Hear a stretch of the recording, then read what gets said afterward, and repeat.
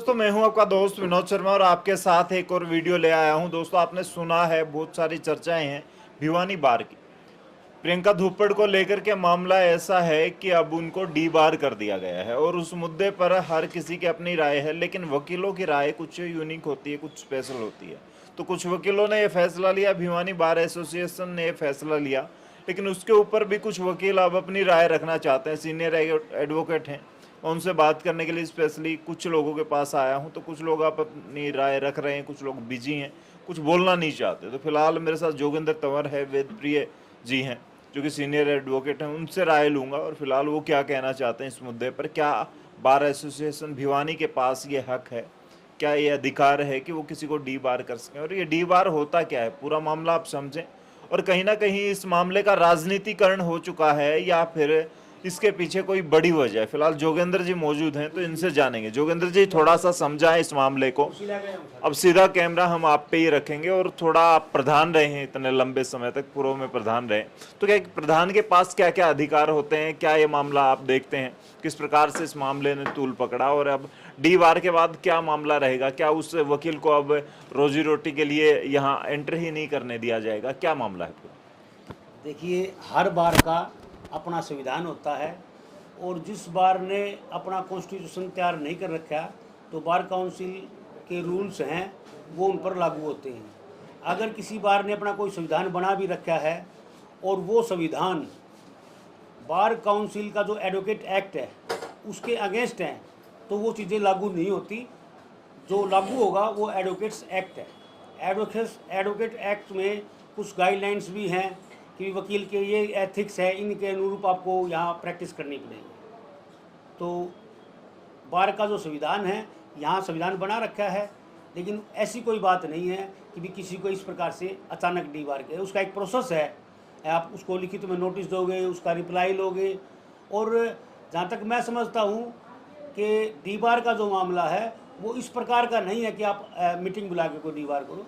उससे पहले एक प्रोसेस है। प्रोसेस ये है कि जो हमारी एग्जीक्यूटिव है, कंप्लेनेंट की कंप्लेंट लेके और जिसको भी एक्यूज बनाया गया है या जिसको भी पे भी एलिगेशन लगाए गए हैं जिसके अगेंस्ट, उन लोगों को सुनवाई का मौका और लिखित के अंदर उनका रिप्लाई हम लेते हैं और दोनों पक्षों को सुनने के बाद हमारी एग्जीक्यूटिव वो मामला डिसाइड करती है। ऐसे हम किसी को डी बार नहीं करते।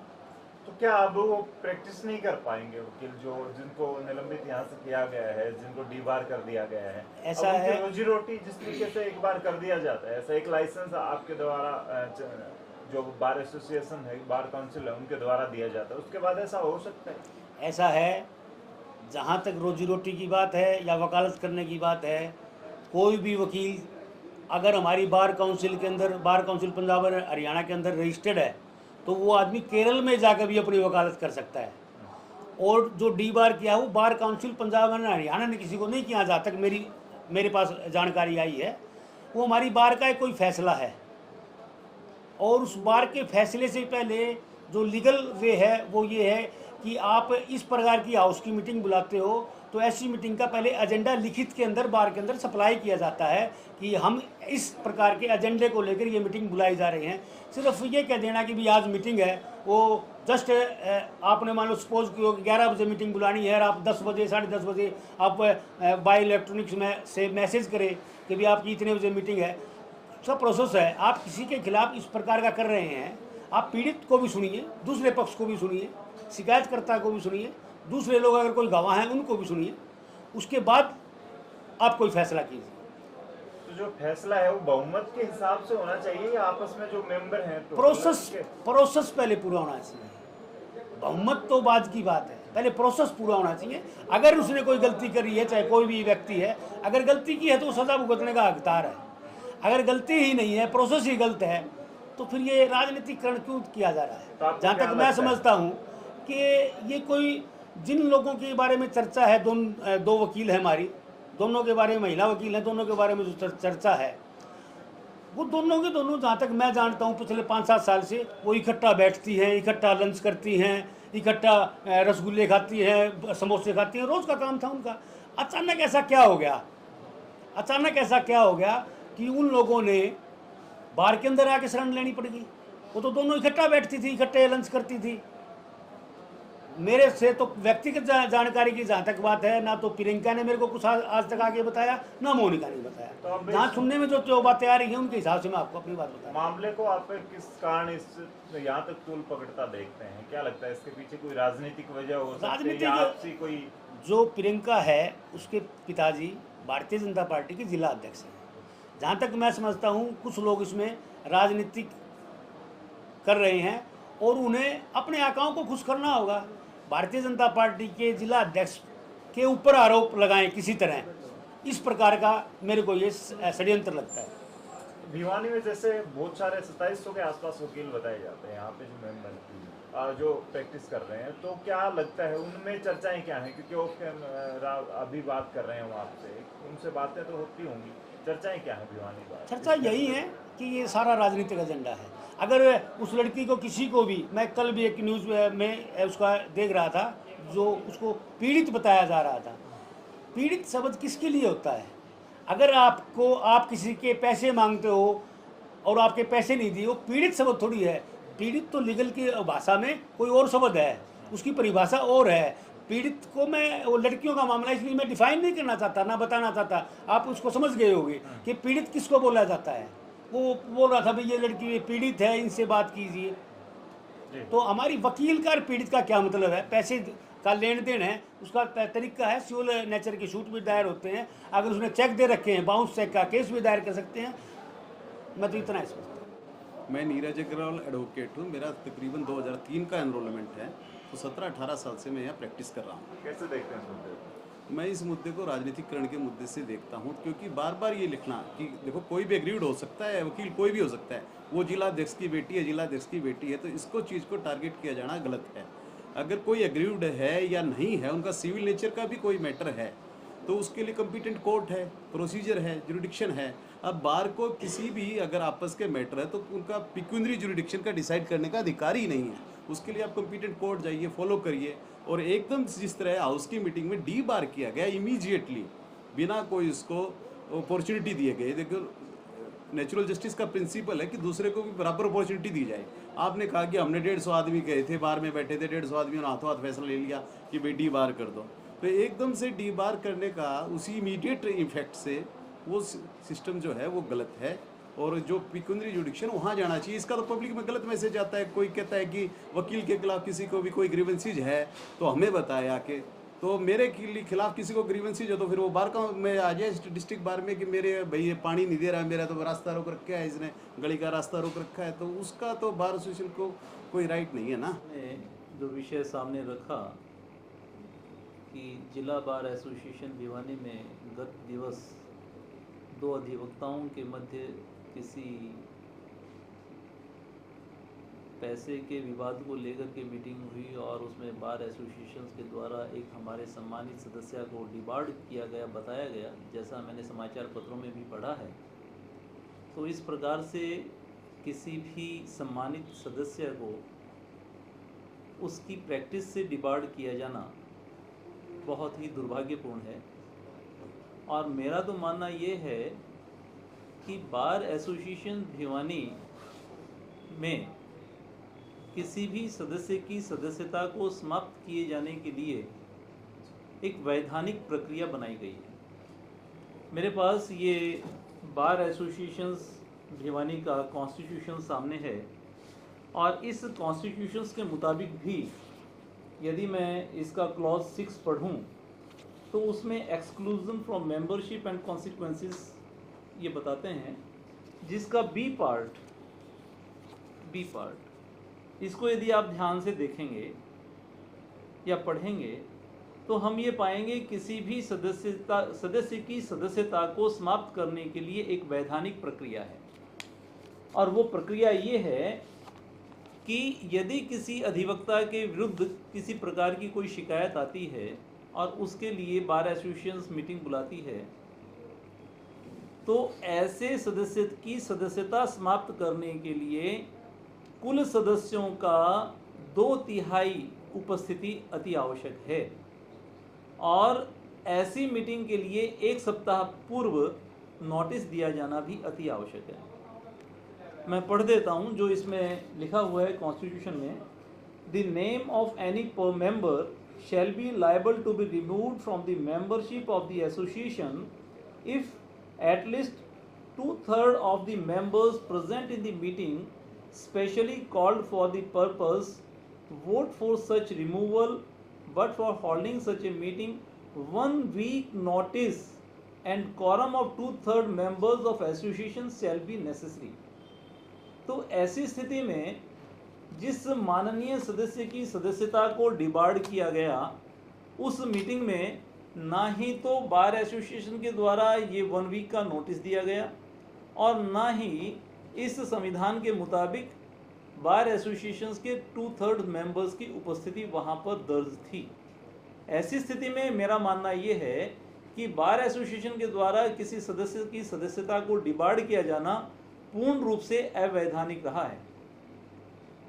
बाकी रहा विषय ये कि वो 2 मेंबर्स के बीच का विवाद था या उनके रिलेटिव्स का या उनके किसी कर्मचारी का विवाद था, ये विषय भिन्न है, लेकिन मैं केवल विधिक दृष्टि से ही आपको इतना बता पाऊंगा कि इस प्रकार का निर्णय पूर्णतः से अवैधानिक रहा है। इसके पीछे क्या वजह लगती है आपको, किस कारण से फैसला लिया? मुझे ऐसा लगता है कि इसको जानबूझ करके राजनीतिक रंग दिया गया है।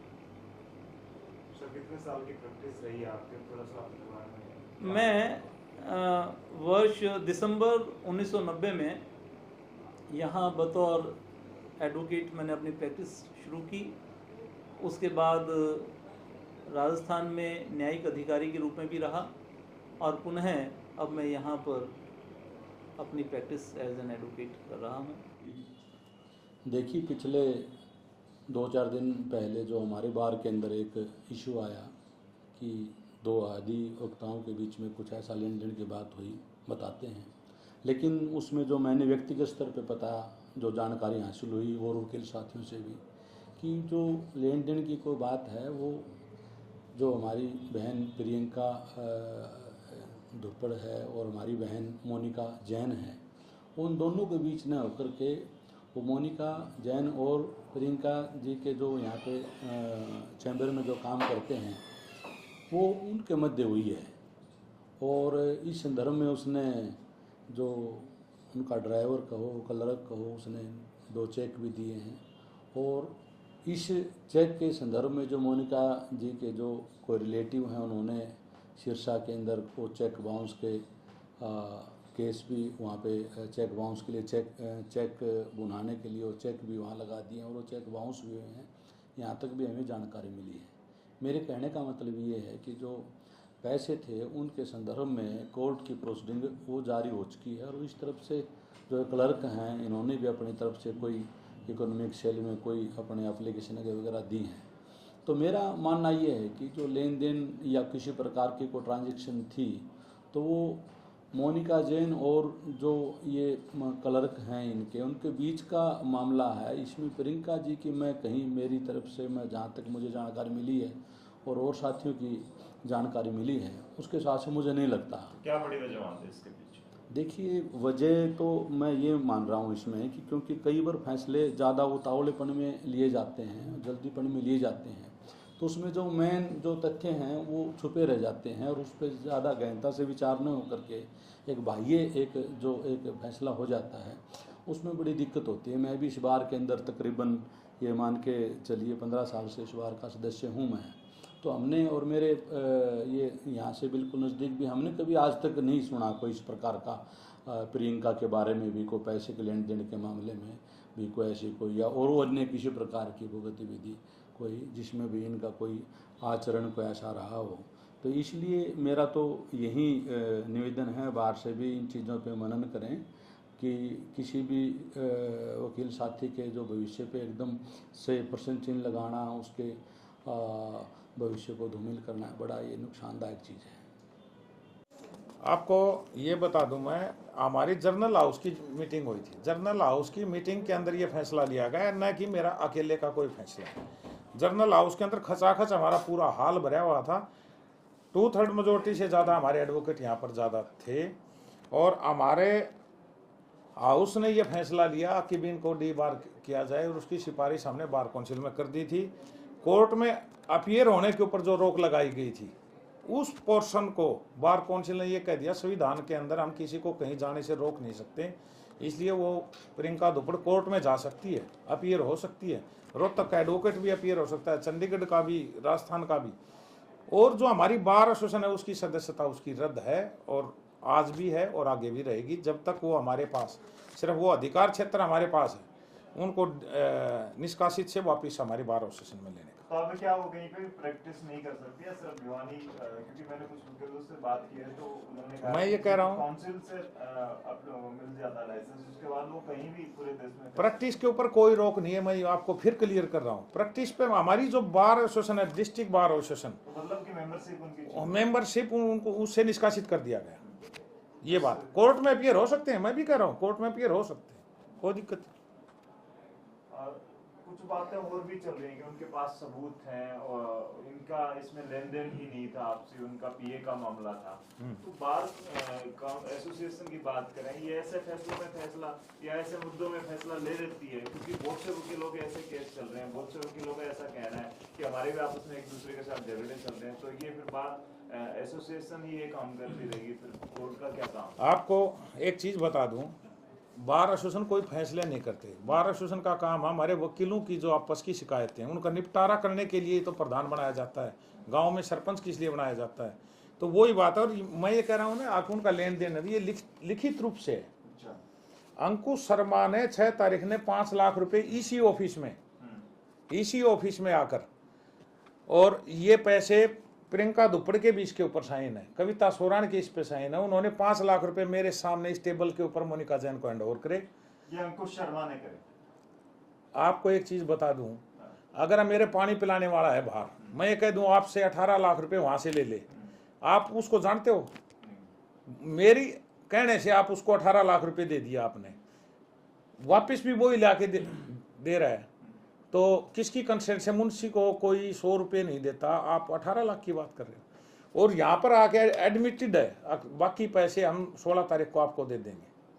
उसके बाद मोनिका ने भी एक रसीद दी है, उसको मैंने 5 लाख रुपए प्राप्त कर लिए, बाकी 13 लाख जब मेरे पास आएंगे तो मैं ओरिजिनल चेक, इस पे भी प्रियंका दुपड़ के साइन है। ये दूसरा साइन किसका है? ये कविता सोरान का है, ये मोनिका जैन का, ये प्रियंका दुपड़ का है। यहाँ पर भी प्रियंका दुपड़, कविता सोरान और अंकुश शर्मा, ये सारे एडमिटेड केस, इसका तो कोई इशू नहीं है। लेकिन ये विटनेस हैं या फिर प्रियंका दुपड़ और कविता सोरान को आपने किस तौर पर यहाँ पे सिग्नेचर उनका लिया है? कविता सोरान, ये तीनों कॉमन फ्रेंड थी, मोनिका जैन, प्रियंका दुपड़ और कविता सोरान एक साथ बैठती थी, लंच करती थी, चाय पीती थी, बहुत अच्छी सहेलियां थी। तो इन्होंने आपस में बात करके ये कहा भाई इनके पैसे वापस दे दो। तो उस दिन प्रियंका साथ आई, अंकुश के पैसे लेके आई, पैसे हैंड ओवर करिए उसको। तो और क्या सबूत चाहिए? इससे बड़ा सबूत तो लेन देन का कोई हो नहीं सकता धरती पे। मैंने एक बात ये भी सुनी है कि इनका सिरसा में कोर्ट में केस चल रहा है चेक बाउंस होने का। अभी कोई केस नहीं चला। मोनिका जैन आज उसका नोटिस भेजेगी, अभी तक कोई केस शुरू हुआ ही नहीं है, अभी चेक लगाया ही नहीं उन्होंने, लगाया ही नहीं। तो और एक इसमें कलाकारी देखो, पैसे लेने के बाद तुरंत जो चेक दिया, बुआनी खेड़े थाने में एक दरखास्त दी जाती है कि मैंने पैसे वापस दे दिए और मेरे चेक ओरिजिनल वापस दिलवाए जाएं।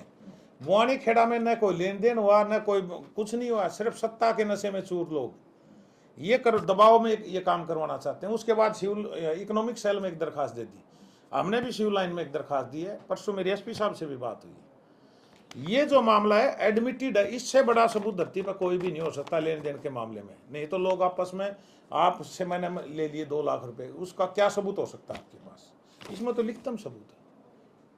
तो अब आप किसको मान के चल रहे हैं? क्योंकि बार काउंसिल इतने सारे मेंबर होते हैं सारे, क्या प्रियंका को ही फुल इन्वॉल्व मान के चल रहे हैं या अंकुश का ही रोल है, वो ही पीछे से ये सब करता है? मैं आपको ये कह रहा हूँ, शंकर दुपड़ जी का, प्रियंका दुपड़ जी का, ये मालूम, मैं मेरे ऑफिस का उदाहरण देने लग रहा। क्या एक मुंशी की इतनी औकात है कि वो सारा लेन देन भी कर दे? उसकी रिकॉर्डिंग है यहाँ पर, उसकी रिकॉर्डिंग है कि मैं सुबह पैसे ला के दे दूंगा। इस मामले को राजनीतिकरण का रूप भी दिया जा रहा है। जिला बार एसोसिएशन किसी राजनीतिक पार्टी से बिलोंग नहीं करती। ये वकीलों के वेलफेयर के लिए और उनके हक और हकूक की लड़ाई लड़ने के लिए एसोसिएशन है, न कि किसी राजनीतिक चलन में, कहीं भी नहीं है। अच्छा, प्रियंका धुप्पड़ अगर कोर्ट के थ्रू वहां से क्लियर हो जाता है ये मामला, तो उसके बाद उनको मेंबरशिप मिलेगी या फिर दोबारा से यहाँ पर सभा होगी? कोर्ट में तो कोई केस ही पेंडिंग नहीं है अभी। कोर्ट में कोई केस पेंडिंग हो तो वहां से कोई इजाजत मिलेगी ना। मैं तो ये कहता हूँ हमारे भाईचारे का, मैं फिर अपील कर रहा हूँ, भाईचारे का मामला यहाँ बैठ के सुलटा लें, अच्छा है, नहीं लड़ाई सड़कों तक लड़ी जाएगी। मैं ये कह रहा हूँ। नाम है पवन परमार एडवोकेट। मैं तकरीबन 20 सालों से यहाँ प्रैक्टिस कर रहा हूँ, पूर्व सचिव बार एसोसिएशन। जैसा कि जो मामला आपके संज्ञान में भी है, मेन मामला यही है कि हमारी बार एसोसिएशन कोई भी विक्टिम एडवोकेट होता है तो हमारी बार एसोसिएशन का जो मेंबर होता है वो प्रेसिडेंट के समक्ष अपनी दरख्वास्त देता है। ऐसे ही मैडम मोनिका ने एक दरख्वास्त प्रधान जी को दी कि मेरे साथ ये घटना हुई है, मेरे को न्याय दिलवाया जाए। और एक भाईचारे के नाते भाई एसोसिएशन है, एसोसिएशन में कार्यकारिणी बनी हुई है, उस दरखास्त पे संज्ञान लेते हुए प्रधान जी ने मोनिका को भी बुलवाया, प्रियंका मैडम को भी बुलवाया, उसके वो जो मुंशी अंकुश उसको भी बुलवाया, और जो भी एग्जीक्यूटिव के मेंबर थे सबके समक्ष एक भाईचारे में ये बात हुई कि आपने इनके पैसे ले रखे हैं। और उस पर आपने पहले प्रधान जी की बाइटली प्रधान जी बताया भी है कि वो सारी कंसेंट मैडम प्रियंका वहाँ पे दे के गई है।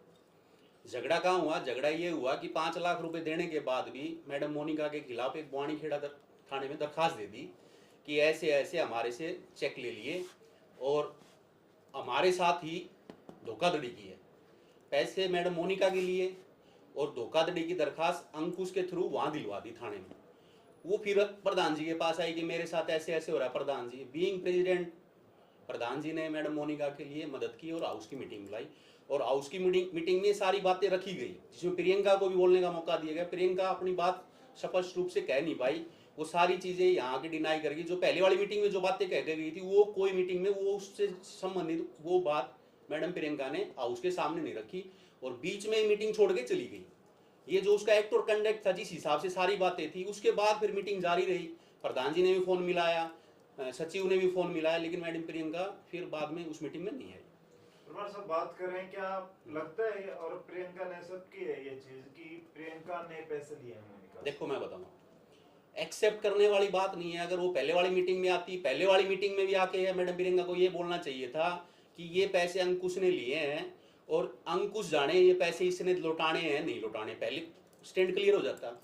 उस दिन हाउस की मीटिंग थी, उस हाउस की मीटिंग में भी आती वो कह देती कि भाई अंकुश है मेरा मुंशी है, मेरे मुंशी ने गलती की है, मैं बार के साथ हूँ। मैं मोनिका, क्योंकि मोनिका की और मैडम प्रियंका की बहुत अच्छी दोस्ती रही है, वो मैडम मोनिका को बोल देती कि मैडम मैं आपके साथ हूँ, मेरे को कहीं भी गवाह बनाओ, आप जहां भी लेके जाओ, मैं इसको पनिशमेंट दिलवाएंगे अंकुश को, इसने आपके साथ गलत किया है। प्रधान जी को ये बात कहते हैं, मेंबर है, कोई प्रियंका से कोई दुश्मनी थोड़ी है, मेरी कोई इंडिविजुअल दुश्मनी थोड़ी है। एक मेंबर की आपस में 2 मेंबर की लड़ाई है, बैठ के समझौता ही करवाता भाईचारा तो, और ये भाईचारा ही है। आप क्वेश्चन कर रहे थे डी बार का मतलब भी यही है कि प्रेशर बनाना चाह रहे हैं, भाई गलती निकल के आए भाईचारे में। अगर गलती भाईचारे में कोई मान भी लेता है तो कोई क्या वो पनिशमेंट थोड़ी है। अब कानूनी जो सजा है, अगर कानूनी सजा जिसने गलत किया वही तो भुगतेगा। अगर अंकुश ने की है तो अंकुश भुगतेगा, अगर प्रियंका ने की है तो प्रियंका भुगतेगी। वो तो कोर्ट में जाएगी, मोनिका जाएगी कोर्ट में, वो भी कोर्ट में जाएगा, कोर्ट जो निर्णय करेगा वो तो आगे होना चाहिए।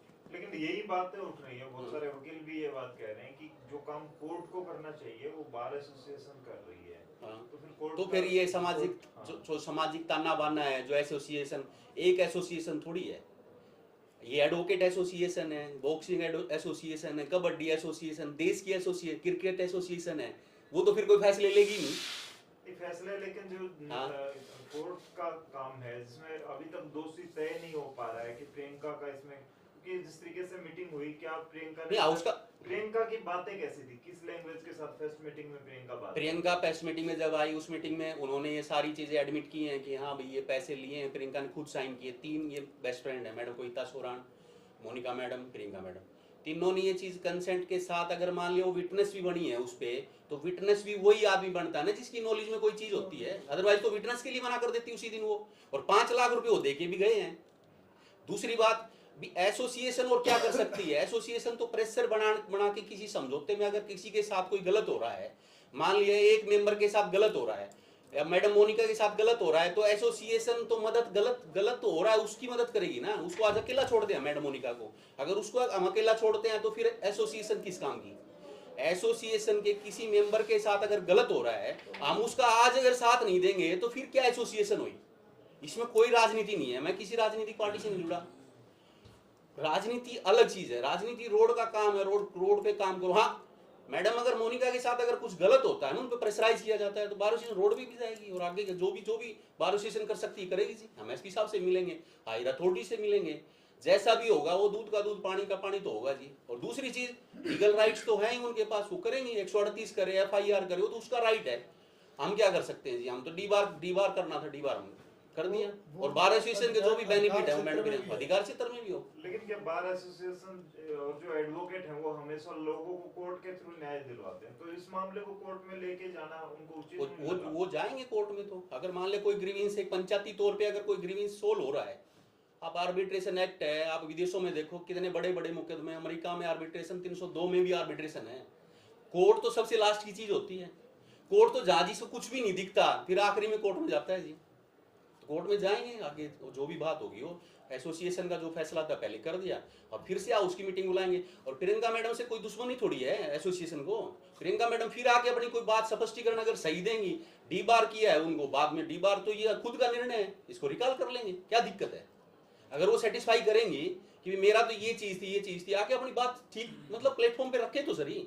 ये थोड़ी है कि कोई SHO आपका जानकार है, कोई पुलिस वाला आपका जानकार है, राजनीतिक उस पर दबाव दबावे, उसी के जो विक्टिम है उसी के खिलाफ आप पर्चा दर्ज करवाएंगे। बार एसोसिएशन तो इसलिए हरकत में आई है। 16 तारीख को भी अगर वो आके ये कहते कोई बात नहीं जी, हम इस बात को निपटाने का काम करेंगे, हमारे सचिव ने फोन किया उसके पास, सचिव से सीधा जवाब पता क्या था उसका, कर लो जो करना है, हम तो मैं पैसे नहीं दूंगा। इसका मतलब क्या है? इसका मतलब क्या? ऊपर वो दरखास्त दे रखी थाने में, वो भी उन्होंने छुपा ली।